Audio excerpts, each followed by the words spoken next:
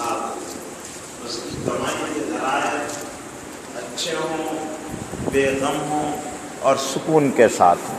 بس یہ اس کی کوشش ہوتی ہے کہ اس کے پاس سکون والی زندگی ہو اور سکون کے اسباب۔ اس پر وہ پوری اپنی زندگی کو خرچ کر رہا ہے۔ سوچنا تو کمانے کے لیے، سوچنا تو کھانے کے لیے، سوچنا تو پہننے کے لیے، سوچنا تو رہنے کے لیے، اور سوچنا تو اولاد کے لیے۔ بس یہی ہر آدمی کا ہے۔ جس کی شادی ہوئی اس کے لیے یہ سب مسئلے ہیں، جن کی شادی نہیں ہوئی ہے ان کے لیے شادی کا مسئلہ، بیوی ملے تو اچھی ملے اور زندگی گزرے تو سکون سے گزرے۔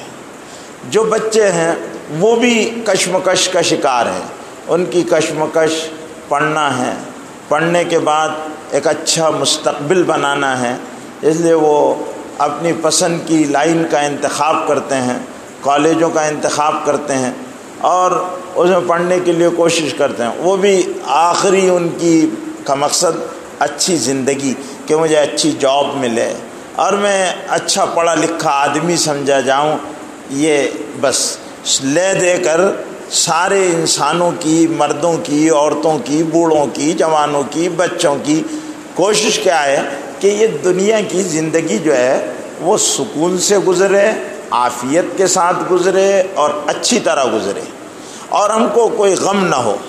کوئی آدمی بیمار ہونا نہیں چاہتا، کوئی آدمی فاقہ اور کم کھانا نہیں چاہتا، کوئی آدمی کم سونا نہیں چاہتا، کوئی آدمی یعنی اگر وہ جھوپڑے میں سو رہا ہے تو اس کی خواہش یہ ہے کہ اس کو فلیٹ مل جائے، اگر فلیٹ میں ہے تو بنگلہ مل جائے، بنگلے میں ہے تو بنگلے میں سارے سہولت کے سامان مل جائے۔ کوئی آدمی اپنی دنیاوی زندگی پر موجودہ حالت میں قانع اور مطمئن نہیں ہے، وہ بہتر سے بہتر کی تلاش میں لگا ہوا ہے کہ جتنا ہے اس سے اچھا ملے، جتنا ہے اس سے بہتر ملے۔ اسی بہتر کی تلاش میں وہ کیا کرتا ہے کہ اپنی پوری صلاحیتیں جھونک رہا ہے ایک دنیا کی زندگی کے کامیاب بنانے کے لیے۔ بس یہ آخری، اور اس کا رد عمل یہ ہوا کہ جب انسان کی سوچ یہ بن گئی کہ اس کی موجودہ زندگی جس کو وہ گزار رہا ہے، یہ موجودہ زندگی جو ہے وہ اس کی بہتر، اچھی اور بہت آسودہ بن جائے، یہ جب اس کی سوچ بنی تو وہ محدود ہو گیا، اپنی سوچ میں گر گیا، اور اپنی سوچ کا جو شاکلہ اس نے تیار کیا، جس کو قرآن میں شاکلہ کہا گیا، کل یعمل علی شاکلتی فربکم عالم بمن هو اہدی سبیلا۔ قرآن نے کہا کہ کہہ دیجئے محمد صلی اللہ علیہ وسلم، آپ کہہ دیجئے کل یعمل علی شاکلتی، کہ ہر آدمی اپنے شاکلے پر یعنی اپنے نیٹ ورک میں وہ کام کر رہا ہے، اور وہ نیٹ ورک کے اندر ہی وہ گھرا ہوا ہے۔ جیسے آپ نے کولو کے بیل کو دیکھا ہوگا کہ وہ جب جوت دیا جاتا ہے تو بس وہ اتنے ہی میں گھومتا ہے۔ کولو کے بیل کی صبح سے شام تک جو انتہا ہے، جہاں سے ابتدا ہے وہیں سے انتہا ہے۔ تو انسان کا بھی حال یہ ہو گیا ہے کہ وہ اس نے جہاں سے دن کا آغاز کیا، شام وہیں پر ہو رہی ہے۔ صبح کائے سے آغاز ہوا تھا؟ کمانا ہے۔ صبح کا آغاز ہوا ہے، کمانا ہے، پیسہ آنا چاہیے۔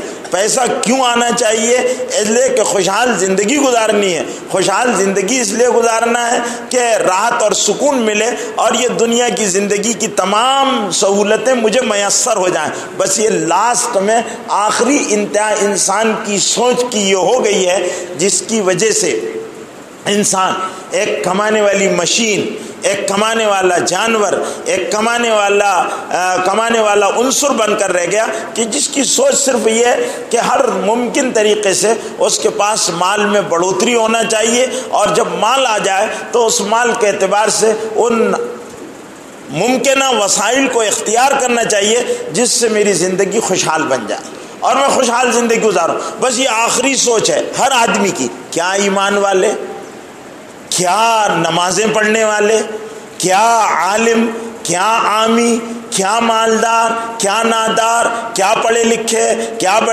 بے پڑھے لکھے، کیا غیر مسلم، ساری دنیا کے انسانوں کا اس وقت سب سے بڑا مسئلہ یہ ہے کہ وہ ایک خوشحال زندگی گزارنا چاہتے ہیں اور اس دنیا کی زندگی کے کوئی غم کو پالنا نہیں چاہتے، اور کوئی اس کے علاوہ ان کے پاس کوئی غم نہیں ہے۔ اور سب سے بڑا غم جو ان کا بنا ہوا ہے اور سب سے بڑی فکر جو بنی ہوئی ہے وہ ہم الدنیا ہے، ہموم الدنیا ہے، دنیا کے خطرات۔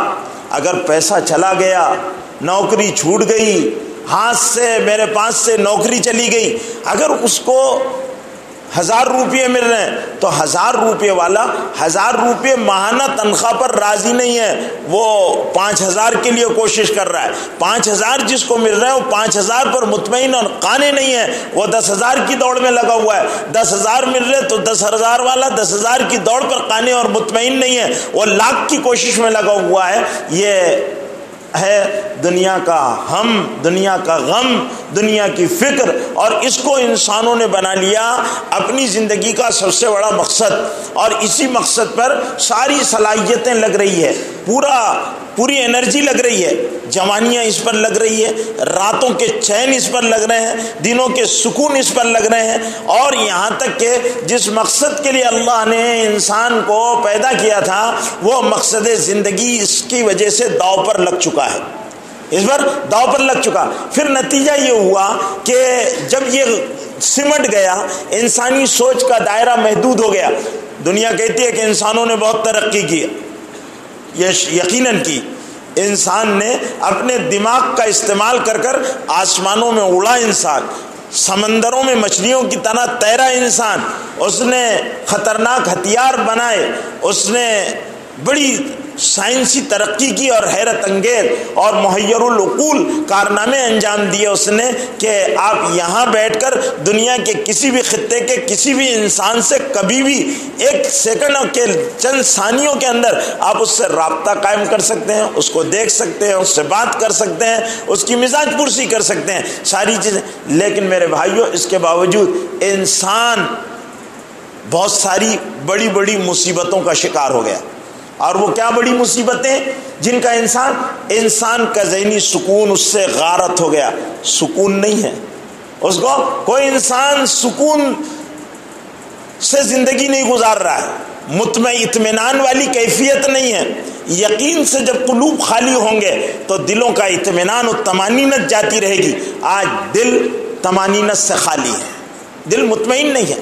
کوئی آدمی سے آپ پوچھو بھائی آپ اپنی موجودہ زندگی سے مطمئن ہیں اور آپ خوش ہیں، جس حال میں ہیں آپ مطمئن ہیں، وہ نہیں بول سکتا یہ۔ اگر وہ دیانتداری سے کہے گا تو کہے گا نہیں، میری بیوی کا مسئلہ ہے، میں بیوی سے پریشان ہوں، میرے بچوں کا مسئلہ ہے، میں بچوں سے پریشان ہوں، میری بیماری کا مسئلہ ہے، میں بیماری سے پریشان ہوں، میرے گھر میں فلاں بیمار ہے، میں اس کی بیماری سے پریشان ہوں، میرے پر قرض ہے، میں قرض سے پریشان ہوں، مجھے سود کا بھرنا ہے، میں سود سے پریشان ہوں، میرے پاس گھر تنگ ہے، میں گھر سے پریشان ہوں، میری بچیاں ان کے رشتے نہیں ہو رہے، میں ان سے پریشان ہوں، میرے بیٹے ان کے لیے مناسب رشتہ نہیں آ رہا، میں اس سے پریشان ہوں، میرے کاروبار میں مندی ہے، میں اس سے پریشان ہوں، چل نہیں رہا ہے، فلانا ہے۔ ہر آدمی کی زبان پر شکوہ ہے، ہر آدمی شکایت کر رہا ہے اور شاکی ہو کر زندگی گزار رہا ہے، اس لیے کہ اس کے پاس بہت سارے مسائل ہیں اور ان مسائل میں گزرا ہو۔ پھر ایک دوسرا اور خرابی کیا پیدا ہوئی، وہ اپنے خاندان سے کٹ چکا ہے، خاندانی نظام درم برم ہو گیا ہے، باپ بیٹے سے الگ ہو گیا ہے، بیٹا باپ سے الگ۔ آج بیٹا باپ کا فرمانبردار نہیں ہے، باپ کی مرضی کے مطابق زندگی نہیں گزارتا، باپ نے اس کے لیے کما کر جمع کر کر رکھا ہے، لیکن بیٹا بے دریغ باپ کی دولت کو خرچ کر رہا ہے اور منمانے طریقوں سے خرچ کر رہا ہے۔ باپ اس کے غم میں پریشان ہے کہ میرے بیٹا میرے کمائی ہوئی دولت کو برباد کر رہا ہے، اس کے الگ اپنے شوق ہیں، وہ اپنی شوق اور اپنے خواہشات کی تسکین کے لیے وہ اپنی تمام تر توجہات کو نہ وہ باپ کو اور وہ بہنوں سے کٹ چکا ہے، اس کو بہنوں کی کوئی پرواہ نہیں، بہنیں اس کے لیے بوجھ ہے، قرابت دار بوجھ ہیں، رشتہ دار اس کے لیے بوجھ ہیں۔ آج خاندانی نظام ختم ہونے کے دانے، ہمارے یہاں اجتماعی طور پر رہنے کا تصور ختم ہوتا جا رہا ہے۔ انسان آپس میں نہیں رہا، سب بھائی ہیں، سب الگ ہیں، سب کے چولہے الگ ہیں، سب کے مزاج الگ ہیں، سب کی ذہنیتیں الگ ہیں، سب کے کاروبار الگ ہیں، محبتیں دھیرے دھیرے ختم ہو رہی، کسی کو کسی سے کوئی سروکار نہیں، کوئی تعلق نہیں ہے، اور ہر آدمی میں اس کی وجہ سے خود غرضی پیدا ہو گئی۔ شیخ اپنی اپنی دیکھ، اپنے حال میں آدمی مست ہے، وہ شاکلہ بنا لیا ہے اور اس شاکلے میں مست ہے۔ میری خواہشات پوری ہونی چاہیے، میری تمنائیں پوری ہونا چاہیے، میری ضرورتیں پوری ہونا چاہیے، اور بہتر سے بہتر۔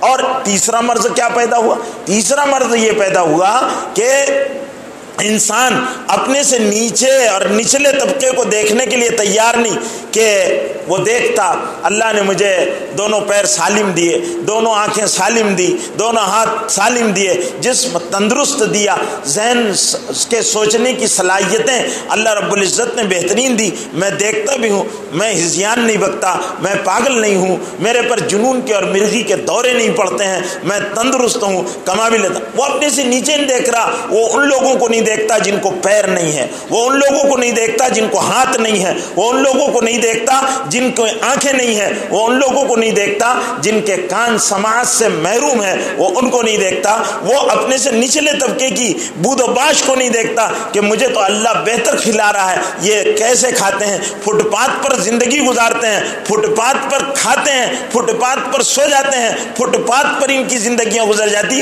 وہ اس طبقے کو دیکھتا ہے لیکن ان سے سبق حاصل کرنے کے لیے تیار نہیں کہ میرے اللہ کا شکر ہے کہ میرے اللہ نے مجھے جس حال میں رکھا، یہ اللہ کی نعمت ہے مجھ پر کہ اللہ نے مجھ پر کرم کیا اور اس حال میں رکھا۔ وہ ناشکری کا شکار ہو گیا، خود غرضی کا شکار ہوا، ناشکری کا شکار ہوا، اپنے سے کم کو نہیں دیکھتا، اپنے سے اوپر کے طبقے کو، کہ اوپر والے میرے سے بڑا جو ہے وہ اچھا، اس کا فلیٹ بہت زیادہ اچھا بنا ہوا ہے، اس کے پاس گاڑی بہت عمدہ ہے۔ ارے تو اس کو دیکھ جس کے پاس سائیکل بھی نہیں ہے، تیرے پاس تو بائک ہے، اس کو دیکھ جس کے پاس سائیکل نہیں، جو پیدل چلتا ہے اور اپنے من بھر کے بوجھ کو لے کر گھسیٹتا رہتا ہے، اس کو دیکھ۔ اس انسان کو دیکھ جو دن بھر پسینے میں شرابور ہو کر محنت اور مزدوری کر رہا ہے، اس کو دیکھتا نہیں، کیونکہ آدمی جب اوپر دیکھے گا ناشکری پیدا ہوگی، جب آدمی اپنے سے کمتر طبقے کو دیکھے گا شکر گزاری کی کیفیت پیدا ہوگی، اپنے خدا کی نعمتوں پر وہ بے ساختہ شکر گزار ہوگا کہ اللہ آپ کا کرم ہے کہ آپ نے مجھے اتنا عمدہ اور اتنا بڑھیا کھانے کے لیے، اور اتنا عمدہ اور بڑھیا پہننے کے لیے، اتنا عمدہ اور بڑھیا رہنے کے لیے عطا فرمایا، ایسی بیوی دی، ایسے بچے دیے۔ یہ اس پر شکر گزاری کی نعمت پیدا، شکر گزاری کی صفت پیدا ہو جائے گی، اور وہ شکر گزار بندہ بن کر پھر زندگی گزارے گا۔ تو ناشکری پیدا ہوئی، خود غرضی پیدا ہوئی، آدمی اپنی دیکھنے والا بنا، اور پھر اس کے ساتھ یہ ہوا کہ آدمی اپنے مقصد حیات سے ہٹ گیا۔ اس کے بعد اپنے سے بہتر اور اپنے سے افضل جو انسان تھے، جن کی انسانیت پر انسانوں کو ناز ہے، جن کی انسانیت پر اور جن کی زندگیوں پر انسانیت کو ناز ہے، وہ انسانوں کے انداز میں زندگی گزارنے کا کوئی داعیہ، کوئی جذبہ ہمارے اندر پیدا نہیں ہوتا۔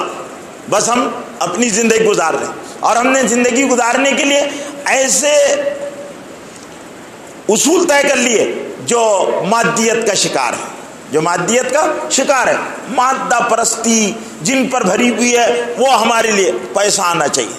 پھر پیسے کے حصول کے لیے حلال و حرام کے امتیازات مٹ گئے کہ یہ حلال ہے، یہ حرام ہے، یہ حلال ہے، یہ حرام ہے، حلال و حرام کی تمیز ختم ہو گئی۔ پیسہ آنا چاہیے، چاہے جس طریقے سے آئے، غلط طریقے سے آئے، رشوت دے کر اپنا حق حاصل کرنا پڑے، ہم رشوت دینے کے لیے تیار۔ سود سے اگر ہمارا مسئلہ بنتا ہے تو ہم سودی کاروبار کرنے کے لیے تیار۔ ہم ایمانی استقامت کا مظاہرہ کرنے کے لیے تیار نہیں کہ نہیں یہ چیز ناجائز ہے، اللہ اور رسول اس سے ناراض ہوتے ہیں، یہ ایسا رزق مجھے نہیں چاہیے جس میں اللہ کی ناراضگی ہے، اس میں کوئی خیر نہیں ہے، میں کم پر تو گزارا کر سکتا ہوں، اللہ کو ناراض کر کر ایسی دولت مجھے نہیں چاہیے۔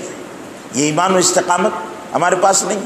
ہم کو تو پھر ہم جواز کے طریقے پوچھتے ہیں کہ یہ جائز کیسے ہو جائے گا، اور یہ اس کو کیسا، اس کو کس طرح سے ہم حاصل کر لیں. لے میرے بھائیوں، بزرگوں اور دوستوں، یہ سب کیا ہے؟ یہ مادیت کا وہ مزاج ہے جس مادیت کے مزاج میں ہم زندگی گزارنے پر مجبور ہو گئے. آج مادہ پرستی ہمارے سر پر چڑھ کر بول رہی ہے. پیسہ پیسہ پیسہ، ضرورتیں، خواہشات، یہ ساری چیزیں ہم پر ایسی غالب آ گئی کہ ہم نے اپنے ان اسلاف کو، جن کے طرز زندگی پر زندگی گزارنے سے عزتیں ملتی ہے، سرفرازی ملتی ہے، سر بلندی ملتی ہے، کامیابی ملتی ہے، اور کامیابی قدم چومتی ہے، خدا کی محبت ملتی ہے، ہم نے اس کو سرے سے نظر انداز کر دیا. ہمارے لیے مقصد زندگی کیا تھا ہمارا؟ ہم دنیا میں کمانے کے لیے تو نہیں پیدا کیے گئے تھے، کھانے کے لیے تو نہیں پیدا کیے گئے تھے، بچے اور اولادیں پیدا کرنے کے لیے تو نہیں پیدا کیے گئے تھے، بلکہ ہم کو اللہ رب العزت نے کئی کام دیے تھے. بحیثیت انسان کے اللہ کہتے ہیں لقد کرمنا بنی آدم، ہم نے بنی آدم کو بزرگی عطا کی. سارے جانور، ساری مخلوقات، یہاں بشمول فرشتے، اللہ تعالیٰ نے افضل کس کو بنایا؟ انسان کو بنایا. جب انسان سب سے افضل ہے اور اللہ قسمیں کھا رہے ہیں کہ انسان تو افضل ہے، والتین، سورہ تین میں اللہ نے قسم کھائی، سورہ بلد میں اللہ نے قسم کھائی، اور انسان کو کہا کہ تو بڑا بزرگ ہے، تو بڑا محترم ہے. تو محترم انسان کیا کر رہا ہے؟ آج کی اس مصروف ترین زندگی میں اس اشرف الانسان کی کارگزاریاں دیکھیے کہ یہ اشرف کہلانے کے لائق ہے. قتل یہ کرتا ہے، قتل یہ کرتا ہے، ایک دوسرے کا گلا کاٹ دیتا ہے. جہیز کم ملنے پر لڑکیوں کو یہ جلاتا ہے. غریب نادار لوگوں کی لڑکیاں اس وجہ سے بیائی نہیں جاتی کہ ان کے پاس جہیز کا انتظام نہیں ہے، ان کے پاس جہیز کا انتظام نہیں ہے. معاشرے میں انارکی ہے. امیروں کے کتے جو کھاتے ہیں، غریبوں کی اولاد کو وہ کھانے نہیں ملتا. امیروں کی گاڑیاں زرق برق ٹمٹماتی ہوئی چمچماتی ہوئی سڑکوں پر گھومتی ہے، اور غریبوں کے بچے ان کے سامنے دستے سوال دراز کر کر بھیک اور کاسے کدائی لے کر بھیک مانگتے ہیں. ہمارے پیٹ کی جہنم کی آگ جل رہی ہے، ہم بھوک سے پریشان ہیں، اس آگ کو بجھا دو. ان کے دل میں انسانیت کا درد نہیں جاگتا کہ یہ بھی انسان ہے، اس لائق ہے کہ ان کے ساتھ محبت کی جائے، اور یہ خدا کی مخلوق ہے. وہ اپنی گاڑی کو روک دے اور کسی بے کس مجبور اور پریشان کے لیے اس کی برق رفتار گاڑی اچانک رک جائے، اور وہ اس یرقان زدہ اور اس ٹی بی زدہ اور اس کینسر زدہ انسان کے لیے اس کا دل بے چین و بے قرار ہو جائے. آج میرے بھائیوں، انسان کے دل سے انسانیت کا احترام چلا گیا. آج پوری انسانیت کس حال میں ہے، کس انداز میں؟ انسانوں کے قدر جب ان کے مال کی بنیاد پر ہونے لگے، مال کے. اور میں آپ کو ایک سادہ سا پیمانہ دیتا ہوں انسانوں کی ذہنیت کو پہچاننے کا. شہر کے کسی بڑے مالدار کا انتقال ہو جائے یا وہ دواخانے میں ایڈمٹ کر دیا جائے تو بھیڑ دیکھو لوگوں کی جا کر بھیڑ دیکھو. مرنے والے کے جنازے میں بھیڑ، اس کے گھر پر بھیڑ، اس کے یہاں کی شادی میں بھیڑ دیکھو. اور کوئی غریب مر جائے یا کوئی غریب بیمار ہو جائے اس کے پوچھنے کے لیے کوئی تیار نہیں. جبکہ اگر مالدار کو نہ پوچھا جائے تو مالدار بیمار ہے، دواخانے میں ہے، اگر اس کی مزاج پرسی کو کوئی نہیں جائے گا تو اس کے پاس پاور اتنا ہے پیسے کا کہ وہ اپنے پیسے کی بنیاد پر نرس کو اور ڈاکٹرس کو اور خدمت. لیکن ایک غریب کو تو آپ کی مدد کی ضرورت ہے. غریب ہے، کلو بیمار ہو گیا، جانے دو. آپ کے کارخانے کا مزدور بیمار ہو گیا، بیمار ہے، جانے دو. آپ اور معلوم ہو کہ فلانے سیٹ بیمار ہو گئے، آپ کارخانے میں آفس میں نہیں جائیں گے، آپ کی بائک کا رخ سیدھا یا آپ کی کار کا رخ سیدھا اس کے دواخانے کی طرف ہوگا. فلانے سیٹ صاحب بیمار ہو گئے. ہم نے ایسے جنازے دیکھے ہیں کہ مالداروں کے جنازوں میں لوگ سماتے نہیں اور بھیڑ رہتی ہے، اور غریبوں کے جنازوں کو کاندھا دینے والے چند لوگ ہوتے ہیں جو ان کے قرابت دار ہوتے ہیں. کوئی بڑا چہرہ اس میں نظر نہیں آتا. کیوں؟ وہ انسان نہیں تھا، وہ مسلمان نہیں تھا، وہ رسول اللہ صلی اللہ علیہ وسلم کا امتی نہیں تھا. یہ پیمانے کیوں بدلے؟ یہ قدریں کیوں بدلی؟ یہ اوقات کیوں بدلے؟ پھر وہ تو اللہ جانتے ہیں کہ وہ مرنے والا غریب اللہ کی نظر میں زیادہ محترم تھا، یا وہ دولت مند اور سرمایہ دار اللہ کی نظر میں زیادہ محترم و معتبر تھا، وہ تو اللہ جانتے ہیں، وہ اللہ کے بھید ہیں، اللہ کے راز ہیں. لیکن انسانوں کی سوچ کے معیار مادیت ہو گئی ہے. غریب مرتا ہے تو اس کو جنازے میں شرکت کرنے والا کوئی نہ ہو یا ہو نہیں جاتا. پھر ایک اور پیمانہ بتا دیتا ہوں، شادی کا کارڈ آتا ہے، رکا آتا ہے تو کیا ہوتا ہے، گھر بھر کی دعوت، پورا گھر جاتا ہے، پورا گھر جاتا ہے. گھر بھر کی دعوت ہے تو پورا گھر جاتا ہے. اور میت کا بھی دعوت نام آتا، فلانا مر گیا، پورا گھر نہیں جاتا. بڑا بھائی چھوٹے بھائی سے کہتا فلانا مر گیا، تو نے چلے جانا، میں ذرا آفس میں جانا. وہاں گھر بھر کی دعوت تھی، کھانے کے لیے گھر بھر کی دعوت، مرنے والے کے لیے گھر بھر کی دعوت تھی. ایک آدمی کی شرکت کافی ہے، اس کی موت میں کوئی وہ نہیں ہوتا. یہ پیمانے بدلے، قدریں بدلی، مزاج بدلے، ذہنیت بدلی، خود غرضی آئی، اور انسان کیا سے کیا ہو گیا. اس نے ان اصولوں کو فراموش کر دیا جن اصولوں کی بنیاد پر انسانیت کو زندگی ملتی ہے، انسانیت پنپتی ہے. ہمارے ہاں امیری اور غریبی کی بنیاد پر تفریق نہیں تھی، ہم خاندانوں کی بنیاد پر تفریق نہیں کیا کرتے تھے. ہمارے ہاں فرق ہی نہیں تھا، ہمارے ہاں رنگ و نسل کے فرق نہیں تھے، ہمارے ہاں خاندانوں کی بنیاد پر انسان بانٹے نہیں گئے تھے. ہمارے ہاں تو سارے انسان کلمے کی بنیاد پر جوڑے گئے تھے، کلمے کی بنیاد پر جوڑے گئے تھے، تقوی کی بنیاد پر عزت دی جاتی تھی. ہمارے یہاں تعارف کی بنیاد، آج تعارف کرایا جاتا ہے، ہمارے پاس بھی لوگ آتے ہیں، تعارف کرایا جاتا، بہت بڑے سیٹ ہیں، بہت بڑے سیٹ ہیں، بہت بڑے آدمی ہیں، بڑی ڈگری ہے، یہ اتنے بڑی پوسٹ پر ہے. کائے کی بنیاد پر تعارف ہو رہے؟ ڈگری کی بنیاد پر، دولت کی بنیاد پر، کارخانوں کی بنیاد پر، مال کی بنیاد پر، اس بنیاد پر تعارف ہو رہا ہے، اس بنیاد پر تعارف ہو رہا ہے، اس بنیاد پر، اس بنیاد. یہ تعارف کہیں سنا آپ نے؟ اور اگر آپ سنیں تو یقیناً آپ کو ہے بہت بڑے دیندار، بڑے اللہ والا ہے، بڑا اللہ والا ہے تو مزدور، کارخانے میں کام کرتا ہے، تہجد نہیں قضا ہوتی ہے، روزے دار ہے، بڑا تقوی ہے، کسی کے ہاں مشکوک چیز ہے تو وہ بھی نہیں کھاتا ہے، بڑا اللہ سے ڈرتا رہتا ہے، بڑا نیک انسان ہے، بڑا نیک انسان. یہ بنیاد باقی رہی ہمارے یہاں یہ بنیاد باقی نہیں. ہمارے یہاں یہ بنیادیں تھی، ہمارے یہاں یہ بنیادیں اب نہیں ہیں. ہمارے یہاں تقوی کو تلاشا جاتا تھا، تقوی کو تلاشا جاتا تھا. حضرت ابو ذر غفاری رضی اللہ تعالیٰ عنہ کے داماد ہیں حضرت سعید ابن مسیب رحمۃ اللہ علیہ. سعید ابن مسیب کی بیٹی ہیں، بہت خوبصورت ہے، بڑی نیک ہے. بادشاہ وقت اپنے بیٹے کے لیے، ولی عہد کے لیے، جو بادشاہ کے مرنے کے بعد ولی عہد بننے والا ہے، اس کے لیے نکاح کا پیغام دیتا ہے کہ آپ اپنی بیٹی کا نکاح میرے بیٹے کے ساتھ کر دیجئے جو ولی عہد ہے. یہ مسجد نبوی کا مولوی ہے حضرت سعید ابن مسیب رحمۃ اللہ علیہ، وہاں پر درس دیتے ہیں. تو اتنے بڑے مولویوں کے ہاں پہلے بھی کوئی بڑے لوگوں کے رشتے نہیں آیا کرتے. مولوی سماج کا سب سے پس اور سب سے کمزور سمجھا جاتا ہے. اگر کوئی مولوی کہیں رشتہ بھیج دے تو اس کو دھتکار دیا جائے، کیا مولوی تیری کیا اوقات ہے کہ تو ہمارے یہاں آیا، تیرے امامت کے لائق. حالانکہ امامت ہماری نظر میں، امامت، مؤذن، یہ گھٹیا چیزیں ہو گئی، یہ کمزور چیزیں سمجھی جانے لگی. حضرت بلال نسل رنگ کے کالے تھے، نسلاً حبشی تھے اور غیر عربی تھے، غلام تھے. 4 کمی تھی عربوں کے، عربی ذہنیت جو زمانے جاہلیت میں ذہنیت تھی، تو اس ذہنیت کے اعتبار سے حضرت بلال میں 4 خرابیاں تھیں.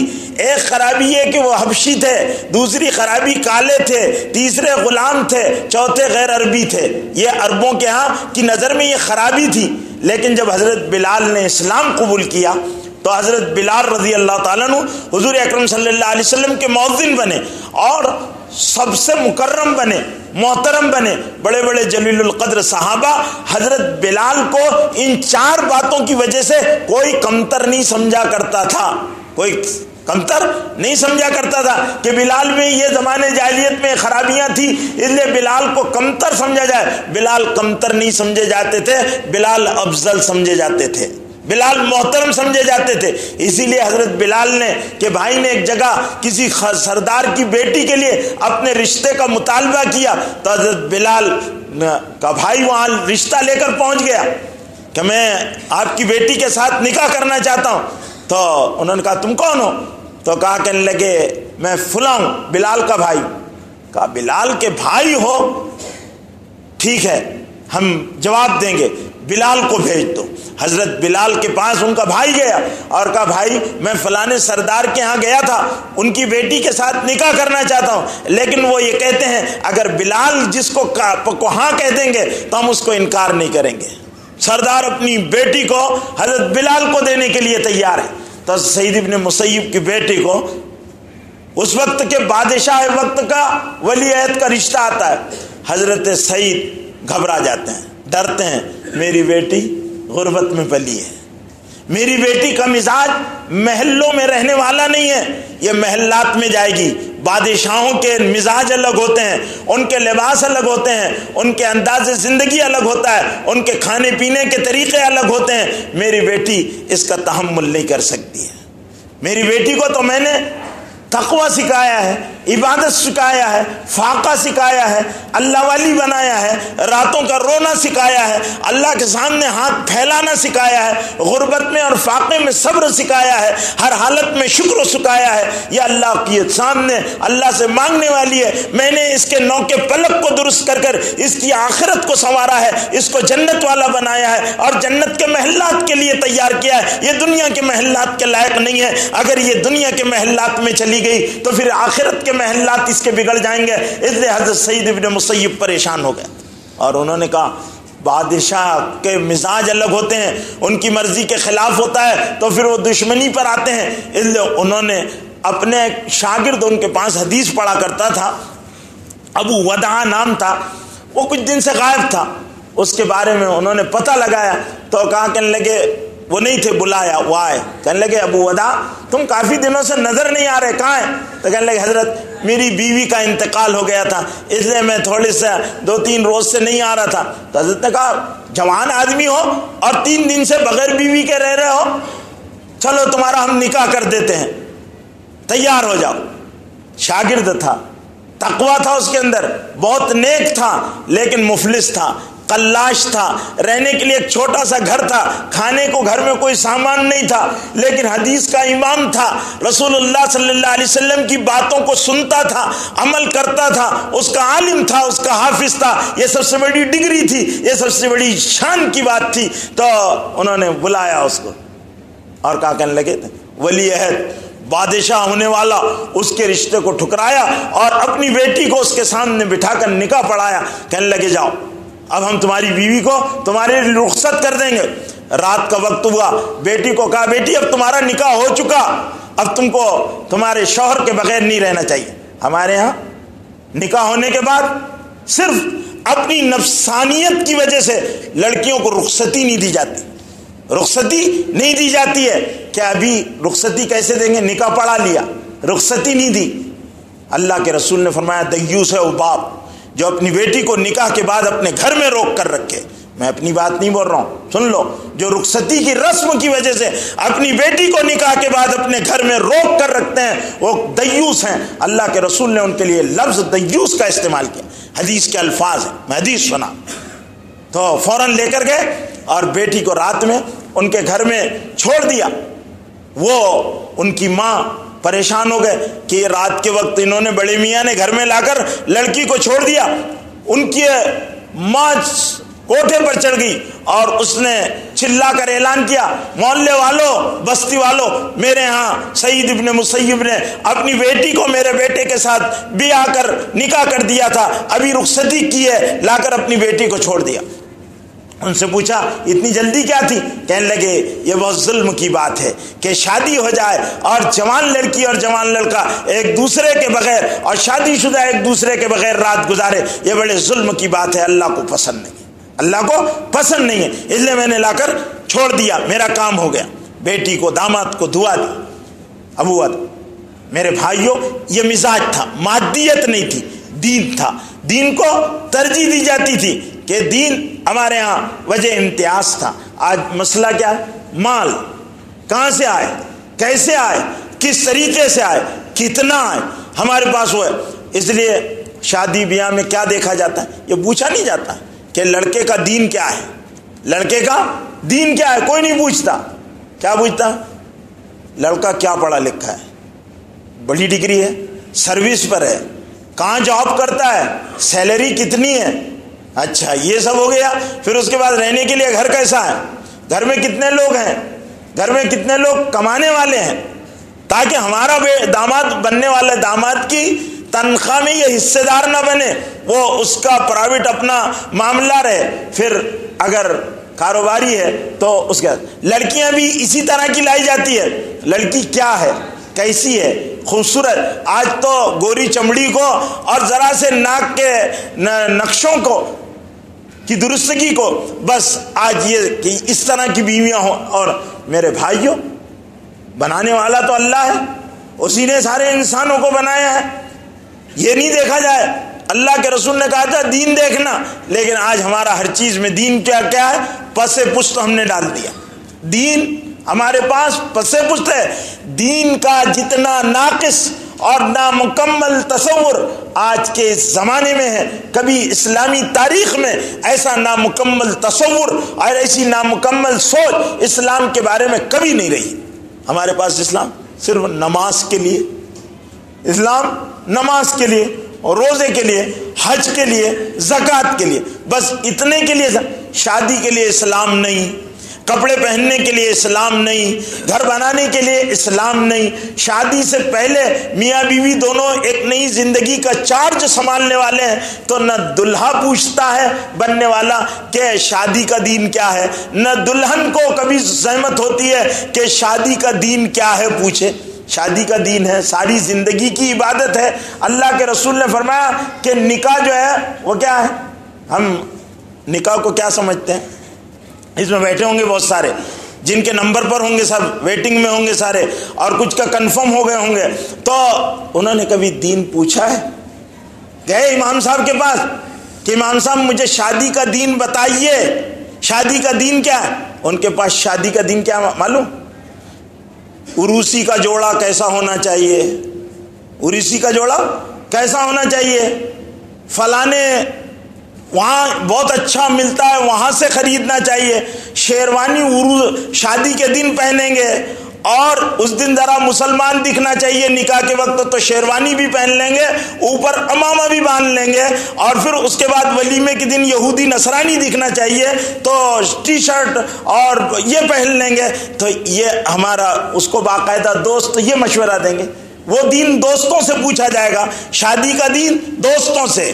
اور پھر ولیمہ سنت ہے, تو ولیمے کی سنت گاؤں کے چودھری اور پڈاری جو بے ایمان رہتے ان سے پوچھا جائے گا کہ کیا ولیمے میں رکھنا چاہیے, کتنی ڈشیں ہونا چاہیے, اور کباب کون سا ہونا چاہیے, انگارا ہونا چاہیے یا چنگاری ہونا چاہیے, جو بھی ہونا چاہیے اللہ بلا ہونا چاہیے. پیٹ کی جہنم بجھانا ہے اور اس کو بھرنا ہے, تو کیا کیا بھریں اس میں, اور ہمارا نام. پھر جب ولیمہ ہوتا ہے تو بچے کا باپ اور اس کے رشتہ دار کیسا کھانا بنا, تو اب سب آدمی بولتے بہت اچھا. وہاں سے نکلتے اتنا بھنکس کھانا بنایا آج تک بنا نہیں. میرے بھائیوں یہ حال ہے. دین ولیمے کا دین کوئی نہیں پوچھتا. ولیمے کا دین کیا ہے, شادی کا دین کیا ہے. کس نے بولا کہ شادی کے لیے نکاح کے لیے کپڑے لگتے, نماز فرض ہے, فرض نماز کے لیے نئے کپڑے نہیں لگتے, ولیمے کے لیے نئے کپڑے, نکاح کے لیے نئے کپڑے.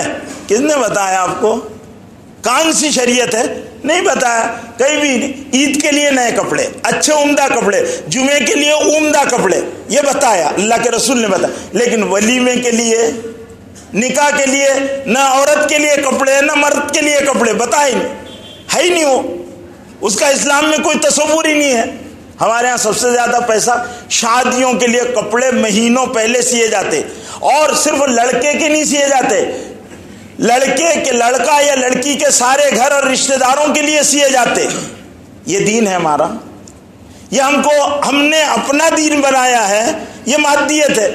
ہمارے یہاں شادی ایسی ہوئی تھی, پھر اس کی ویڈیوگرافی ہوتی ہے, فوٹو کھینچے جاتے ہیں باقاعدہ, اور اس میں ہر جگہ کی کھاتے وقت کی فوٹو, اٹھتے وقت کی فوٹو، نکاح کے وقت کی فوٹو، ہر وقت کی فوٹو کھینچی جا رہی ہے، تو یہ کیا ہے؟ یہ مادیت ہے، یہ بے دینی ہے۔ یہ بے دینی کا غلبہ کیوں ہوا ہم پر؟ ہمارے ہاں ایسا تو نہیں ہوتا تھا، ہمارے اسلاف ایسا تو نہیں کرتے تھے، صحابہ کرام نے ایسا تو نہیں کیا۔ کسی صحابی کا بتاؤ کہ اس نے عید کے شادی کے لیے کپڑے خریدے ہوں؟ نہیں، وہ تو جس حال میں رہتے ان کا تو عجیب معاملہ تھا کہ وہ حضور صلی اللہ علیہ وسلم کو خبر نہیں۔ ہمارا تو کوئی نہیں آیا تو ناراض ہو جاتے، ہمارے ہاں شادی میں نہیں آئے تھے، ہمارے یہاں شادی میں نہیں آئے۔ اللہ کے رسول مدینے میں ہیں، اور عبد الرحمن ابن عوف جو غریب صحابی نہیں ہے، مالدار صحابی ہے، امپورٹر ایکسپورٹر ہے، بڑے بزنس مین ہیں، مصر اور شام کی منڈیوں سے تجارت ہو رہی ہے اور اونٹوں پر قافلے لدے مال کے آ رہے ہیں، اتنے بڑے مالدار آدمی ہیں، ان کی شادی ہو رہی مدینے میں، اور حضور صلی اللہ علیہ وسلم کو خبر بھی نہیں۔ حضور صلی اللہ علیہ وسلم کے پاس آئے تو ان پر ایک ہلکے رنگ کا اثر ان کے کپڑوں پر نظر آیا، تو حضور صلی اللہ علیہ وسلم پوچھا، عبد الرحمن تمہارے کپڑوں پر اثر نظر آ رہا، کائے کا اثر ہے؟ کہ اللہ کے رسول نکاح کر لیا، میں نے شادی کر لی، میں نے شادی کر لی، نکاح کر لی۔ ارے تو کہا بھائی خبر بھی نہیں کہ آپ نے ولیمہ تو کھلا دیا ہوتا۔ اور پھر اللہ کے رسول نے فرمایا اولم ولو وشا، ولیمہ کرتے، ایک آدھی بکری کاٹ کر کھلا دیتے لوگوں کو، ولیمہ کر لیتے، اولم ولو وشا، ولیمہ کر لیتے، چاہے ایک آدھی بکری ان کے ہاں سستی ہوا کرتی تھی، ان کے ہاں بکری سستی ہوا کرتی تھی کہ ایک آدھی بکری کھلا دیتے، کاٹ واٹ کر بکرا کھلا دیتے، اولم ولو وشا، ایک آدھی بکری کھلا دیتے لوگ۔ اور وہ بھی بکری کیسی کھلائی جاتی؟ عربوں کے یہاں کھانا کھلانے کا طریقہ کیا تھا؟ گوشت کو آگ پر بھون لیا جاتا اور روٹی کے ٹکڑوں پر گوشت کے ٹکڑے رکھ کر دے دیے جاتے، یہ ولیمہ ہوا کرتا تھا۔ روٹی کے ٹکڑوں پر گوشت کے ٹکڑے رکھ کر دے دیے جاتے تھے، یہ ولیمہ ہوتا تھا۔ حضرت حضور اکرم صلی اللہ علیہ وسلم نے کئی ولیمے جو آپ کے ہوئے اسی انداز کے ولیمے، یا روٹی جمع کر دی جاتی اور اس کے سرید ٹکڑے بنا دیے جاتے۔ آج کل گوشت کا مسئلہ چل رہا نا، تو سرید والا ولیمہ کرو، روٹی کو کے ٹکڑے بناؤ اور روٹی کے ٹکڑوں کو لوگوں کو کھلاؤ، لوگ خوش ہو جائیں گے، لوگ خوش ہوں گے کہ کیا ولیمہ ہے۔ کیوں ہضم نہیں ہوگا؟ ہم کو تو چاہیے کڑک مسالے والے، اور اس میں بھی باورچی اچھے ہونا چاہیے، ویسے کھانے کے ہم مزاج بنا۔ تو بھائیو، بزرگوں اور دوستوں، یہ مادیت والا جب سے مزاج بنا، ہم نے اپنی بہترین اسلاف کی چیزوں کو اور اپنے رسول پاک صلی اللہ علیہ وسلم کی مبارک سنتوں کو، جس میں خیر تھا، برکت تھا، اس کو چھوڑ دیا۔ تو ناشکری آئی، خود غرضی آئی، خاندانی نظام بٹا، نفرتیں پیدا ہوئی، محبتیں ختم ہو گئی، ایثار ختم ہو گیا، قربانی کے جذبے تھے، قربانی کے جذبے ختم ہو گئے، اور پھر انسانوں سے محبت اور پیار جس امت کا امتیاز تھا وہ ختم ہو گیا۔ اور اس کی بجائے کیا ہو کہ ایسی ایسی چیزیں خرابیوں میں آنا شروع ہوئی کہ جن کی وجہ سے آج ہمارا معاشرہ بڑی برائیوں میں مبتلا ہے۔ اب شادی کرنے کے لیے ہم کو قرض لینا پڑتا ہے، کیوں کہ اگر کھانا نہیں کھلائیں گے تو لوگ کہیں گے سارے گاؤں کا گھوم گھوم کر کھایا، اور جب اس کی کھلانے کی بھی باری آئی تو شریعت کا جھنڈا لے کر کھڑا ہو گیا۔ میرے بھائیوں، نہیں، شریعت ہی میں راحت ہے، اور شریعت ہی میں نجات ہے، اور شریعت ہی میں کامیابی ہے، اور شریعت ہی میں فلاح ہے، اور شریعت ہی میں سربلندی ہے، اور شریعت ہی میں اللہ کا پیار ہے۔ شریعت کو اختیار کرو، دین پوچھو، دین نہیں پوچھتے، کوئی دین نہیں پوچھتا۔ دین منمانے طریقوں سے، آج دین کی تشریحات بھی ہر ایک نے اپنے اعتبار سے، جو سمجھ میں ہمارے آ گیا وہ دین ہے، اور جو ہماری کھوپڑی میں نہ آئے وہ دین نہیں ہے۔ ہماری کھوپڑی میں آنا چاہیے وہ دین ہے، اور اگر نہیں، بعض لوگ آتے ہیں مسئلہ پوچھتے ہیں، اگر ان کو وہ مسئلہ بتایا جائے اور ان کی موافقت میں نہیں ہوا تو وہ دوسروں کے پاس جاتے ہیں کہ وہاں سے مل جائے گا۔ ایک صاحب ایک مسئلہ پوچھنے کے لیے آئے کہ ایک کاروبار کرنا ہے، ایک جگہ پوچھ کر آئے ہو، اور وہاں سے ان کو بتایا گیا کہ ہاں ٹھیک کر سکتے، لیکن ایک دوسرے صاحب اس سے مطمئن نہیں تھے، تو وہ میرے پاس لے کر آئے کہ یہ، میں نے کہا نہیں، یہ مسئلہ ایسا نہیں ایسا ہے، تو وہ مطمئن نہیں ہوئے، پھر وہ پہلے کے پاس کہ ان کی موافقت کا مسئلہ وہاں سے ملا، وہاں جاتے ہیں۔ میرے بھائیوں، بزرگوں اور دوستوں، ہمارا مزاج یہ ہے کہ ہم دین کو اپنے اعتبار سے ڈھالنا چاہتے ہیں، دین کے اعتبار سے ہم ڈھلنا نہیں چاہتے۔ اور حضور اکرم صلی اللہ علیہ وسلم نے صحابہ کرام کی جس مبارک مقدس جماعت کو کارگاہ حیات میں اتارا تھا، ان سے مادیت دنیا پرستی کو نکال کر اور کھرچ کر رکھ دیا تھا، ان کو دنیا سے زیادہ آخرت عزیز تھی۔ دنیا سے زیادہ آخرت عزیز تھی، جینے سے زیادہ موت سے پیار کیا کرتے تھے، وہ مخلوق سے زیادہ اللہ سے پیار کیا کرتے تھے، وہ نبی پاک صلی اللہ علیہ وسلم کے طریقوں سے زیادہ محبوب کسی چیز کو نہیں رکھتے تھے، اور رسول پاک صلی اللہ علیہ وسلم جس دین کو لے کر آئے تھے اس دین پر جینا، اس دین پر مرنا ان کی زندگی کا مقصد بن گیا تھا، اس لیے اللہ رب العزت ان سے خوش تھا، ان سے راضی تھا۔ وہ رسول اللہ صلی اللہ علیہ وسلم کا طریقہ، اور اس طریقے سے سرے منہ انحراف، یعنی بال کے برابر، بال کتنا باریک ہوتا ہے، بال کے برابر بھی وہ اس سے ہٹنا نہیں جانتے تھے، ہٹنا نہیں جانتے تھے۔ حضرت عمر کے زمانے میں بڑے بڑے ملک فتح ہوئے، ایران فتح ہوا، عراق فتح ہوا، اور بڑی دنیا کی بڑی بڑی سلطنتیں ٹوٹ گئی، اور دارالخلافہ مدینہ منورہ ہو گیا۔ خزانے روزانہ بڑے بڑے بادشاہوں کے خزانے مسجد نبوی کے صحن میں ڈھیر کیے جاتے تھے، اور خوب دولت آ رہی تھی۔ صحابہ کرام کے حالات جو تھے وہ بدلنا شروع ہو گئے، ان کے پاس مال کی افراط ہو گئی۔ صحابہ کرام جو جلیل القدر صحابہ تھے وہ رونے لگے۔ ایک دن مصر کا خزانے آئے، حضور اکرم صلی اللہ علیہ وسلم نے خبر دی تھی کہ مصر کے خزانے تمہارے یہاں آئیں گے، خبر دی تھی اللہ کے رسول۔ مصر کے خزانے آئے، کسرا کا خزانہ آیا، قیصر کے خزانے آئے۔ صحابہ کرام جب وہ فتوحات ہوتی تھی تو مال غنیمت آیا کرتا تھا، اور امیر المومنین اس کو قرآن کی بتائی ہوئی ترتیب کے اعتبار سے تقسیم کیا کرتے تھے، اور بیت المال میں جمع کیا کرتے تھے، اور ضرورت مندوں کو ان کا حق دیا کرتے تھے۔ تو صحابہ فجر کی نماز میں جب دیکھا صحابہ نے کہ صحن مسجد میں ڈھیر ہے، رونے لگے، صحابہ رونے لگے۔ ہم مال آتا تو خوش ہوتے، آج 1 لاکھ آ گئے، کل 2 لاکھ آ گئے، ہم کو خوشی ہوتی، مال جتنا آتا ہم کو خوشی ہوتی، ہمارا خون بڑھ جاتا ہے، اور مال کم ہوتا تو ہمارا خون گھٹ جاتا ہے، کم ہوتا ہے، ہم کو تکلیف ہوتی ہے، ہم میرا مال چلا گیا، میرے مال آوت میں کمی ہو گئی، آمدنی میں کمی ہو گئی، ہم پریشان ہو جاتے ہیں، کیونکہ ہمارا مزاج اس طرح کا بنا۔ اب وہ صحابہ رو رہے۔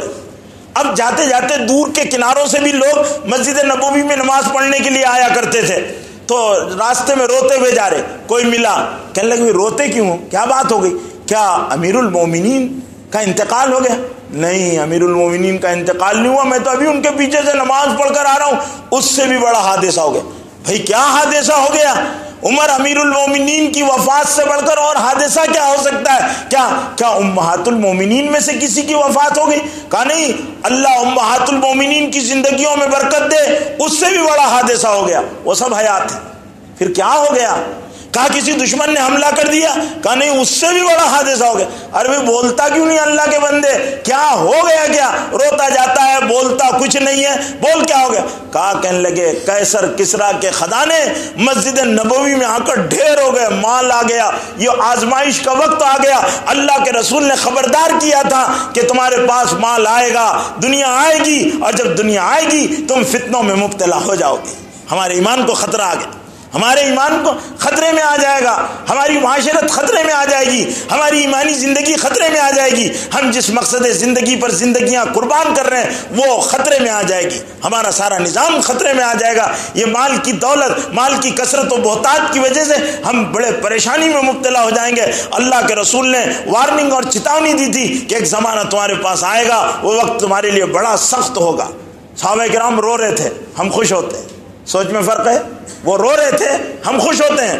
ان کے لیے وہ غم بڑے غم کی بات تھی، ہمارے لیے مال کا آنا بڑی خوشی کی بات ہے۔ آج ہمارا مزاج ہے بہتر سے بہتر آسودہ زندگی گزاروں، بس ہر آدمی اپنی سوچ میں، وہ 24 گھنٹے میں کتنا اللہ کے بندوں کے لیے سوچتا ہے۔ یہ بیٹھا ہوا پورا مجمع، میں بھی اس میں شامل ہوں، آج کسی بیوہ عورت کے حالات معلوم کرنا ہے، آج کسی یتیم بچے کے حالات معلوم کرنا ہے، چاہے وہ کسی بھی مذہب کا رہنے والا کیوں نہ ہو، اس کے حالات میں آج بیمار کی عیادت کرنا ہے، اور اس بیمار کی ضرورت کو پوری کرنا ہے، آج کسی پریشان حال کی پریشانی کو دور کرنا ہے، آج کسی بھوکے کو کھلانا ہے، آج کسی ننگے کو پہنانا ہے، آج مجھے اپنے گھر میں یہ اصلاح کا کام کرنا ہے، آج مجھے اپنی زندگی کی اس برائی کو چھوڑنا ہے، آج مجھے اپنے اس گناہ سے توبہ کرنا ہے، آج مجھے اپنی زندگی کی فلانی قضا پوری کرنا ہے، آج مجھے اتنا اللہ کی یاد میں وقت گزارنا ہے، آج مجھے تو اللہ سے مانگنا ہے، اللہ سے لینا ہے، آج میرے اللہ کی مجھے یاد آئی ہے اور میں نے اپنے اللہ کو ٹوٹ کر چاہا ہے اور میرے اللہ کو مجھے ٹوٹ کر یاد کرنا ہے، مجھے اس سے بہت محبت ہے، میں اللہ کے نام کے بغیر رہ نہیں سکتا۔ وہ اپنی دکان کی مصروفیتوں، جھنجھٹوں اور الجھنوں سے بالکل ایسا بھاگا ہو جیسے سانپ نے ڈس لیا ہو اور وہ مسجد کے اندر گر پڑا ہو اور تڑپ تڑپ کر وہ اپنے اللہ کو یاد کر رہا ہو۔ صحابہ ایسے تھے، کیا ہم ایسے ہیں؟ اگر نہیں ہے تو میرے بھائیوں، جب تک ہم ایسے نہیں بنیں گے ہم دنیا میں عزت کی زندگی نہیں گزار سکتے۔ سربلندی ہم کو کب ملے گی؟ اللہ نے قرآن میں کہا انتم العالون ان کنتم مومنین، تمہارے لیے سربلندی طے ہے۔ تم نے محمد کا کلمہ پڑھا ہے صلی اللہ علیہ وسلم، تم نے اللہ کے نام کی عظمتوں کا اقرار کیا ہے، تم قرآن کے علمبردار ہو، تم اسلام کے جھنڈے کے نیچے ہو، تم کو سربلندی ملے گی۔ کب؟ مسلمان ہیں جب گوشت کھاؤ گے، اگر گوشت نہیں کھاؤ گے تو تم کو سربلندی نہیں ملے گی۔ ایسا تو نہیں کہا قرآن نے۔ قرآن نے کیا کہا؟ قرآن نے کہا انتم الاعلون ان کنتم مومنین، تم سر بلند رہو گے اگر تم ایمان والے بن جاؤ گے۔ کیوں؟ قرآن کہہ رہا ہے سربلندی میں، اگر ہم کو سربلندی نہیں مل رہی، ہم دنیا میں کچلے جا رہے، ہم بے عزت ہو رہے، بے وقار و بے قیمت ہو رہے، بے حیثیت ہو رہے، ہمارا معاشرہ انارکی کا شکار ہے، ہماری لڑکیاں آوارگی اور حیا باختگی کا شکار ہو چکی ہے، بے پردہ ہو چکی ہے، ہمارے معاشرہ کنڈم اور کرپٹ ہو رہا ہے، ہمارے معاشرے میں کرپشن پھیل رہا ہے، ہمارے نوجوان بے قابو ہو رہے ہیں، ہمارے نوجوان گانے کے، فلموں کے، فیس بک کے، ٹویٹر کے اور اسی طرح واٹس ایپ کے عادی بنتے جا رہے ہیں، ہمارے بچے نوجوان لڑکیوں سے، نامحرم لڑکیوں سے باتیں کرنا، ان کے خیال میں، ان کی دھن میں، ان کے سوچ میں اپنی زندگیوں گزار رہے ہیں، ہمارے بچے صرف کھانے اور کمانے کی مشینیں بن چکی ہے، ہمارا معاشرہ 24 گھنٹے کھانے کمانے کی سوچنے لگا ہے، تو سمجھ لو کہ ہم کو سربلندی نہیں ملے گی۔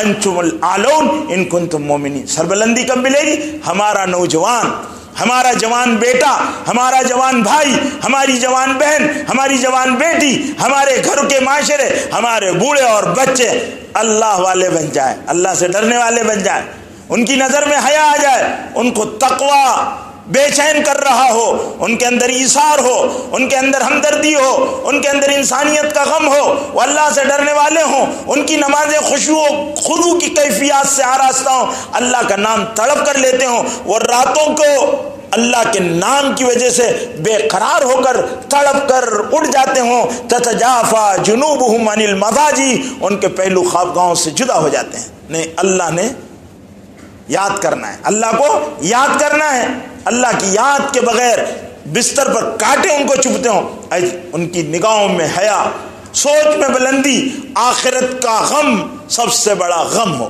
آج دنیا کا غم کہتے ہیں سوچ، اسی کی فکر، دنیا کا غم، دنیا کا ہم، یہ سب سے بڑا غم و ہم بن چکا ہو، اسی کی سوچ۔ آخرت، میرا مرنے کے بعد کیا ہوگا؟ کتنے نوجوان ہیں جو پانجرا پل پر جا کر کسی قبر کے کنارے بیٹھ کر یہ سوچتے ہوں کہ کل اس جگہ آنا ہے، اس جگہ آنا ہے۔ ہارون رشید اپنے وقت کا بادشاہ ہے، بہت بڑا بادشاہ ہے، اس کا جوان بیٹا ہے، قبرستان میں رہتا ہے، شہزادہ ہے، محل کو لات مار چکا ہے، قبرستان میں بیٹھ کر قبرستان کی تنہائیوں میں مٹی کو اٹھاتے رہتا ہے، تیرا یہاں آنا ہے، تجھے یہاں آنا ہے، تجھے یہاں آنا ہے، تیری پہلی منزل یہ ہے۔ ہم نے سوچا کبھی اللہ کے حضرت عمر رضی اللہ تعالیٰ عنہ فرماتے ہیں اکثروا ذکر الموت، موت کو زیادہ یاد کیا کرو، موت کو یاد کریں۔ ارے کیا موت کا لگا؟ اب انہوں بولے مر جائے گا، ارے کائے کو ایسی بات بولتے، بری بات کائے کو بولتے؟ ارے کسی کے کہنے سے کوئی مرا نہیں کرتا، اگر ایسا ہو کہ میرے کہنے سے مر جائے کوئی تو میں سب سے جتنے امت کو ستانے والے ظالم جابر ہیں ان کے لیے کہوں فلانا مر جائے، فلانا مر جائے۔ ایسا تھوڑی گائے کے کوے کے کوسے سے گائے نہیں مرتی۔ میرے بھائیوں، اللہ رب العزت نے ہم کو اس لیے دنیا کی زندگی دی کہ ہم آخرت کے بارے میں فکر مند ہوں۔ اکثروا ذکر الموت فإنها ذم اللذات، موت کو زیادہ سے زیادہ یاد کیا کرو، یہ لذتوں کو توڑ دیتی ہے۔ آدمی کو پھر بیروں میں مزہ نہیں آئے گا، ٹھنڈے پانی میں مزہ نہیں آئے گا، اے سی میں مزہ نہیں آئے گا، اس کو تو قبر کی تنہائیاں، وہاں کے اجدے، وہاں کے سانپ، وہاں کی وحشتیں، اللہ کے حضور کی حاضری کا خوف، میزان پر اعمال ناموں کا تلنا، حضور اکرم صلی اللہ علیہ وسلم کے حضور میں حاضری، یہ ساری چیزیں بے قرار کرنے والی ہو تو میرے بھائیوں یہ باتیں سوچنا، یہ ہمارا غم بن جائے، یہ ہماری فکر بن جائے۔ اللہ مجھے اور آپ کو کہنے سننے سے زیادہ حسن عمل کی توفیق نصیب فرمائے۔ آمین۔ وآخر دعوانا الحمدللہ رب العالمین۔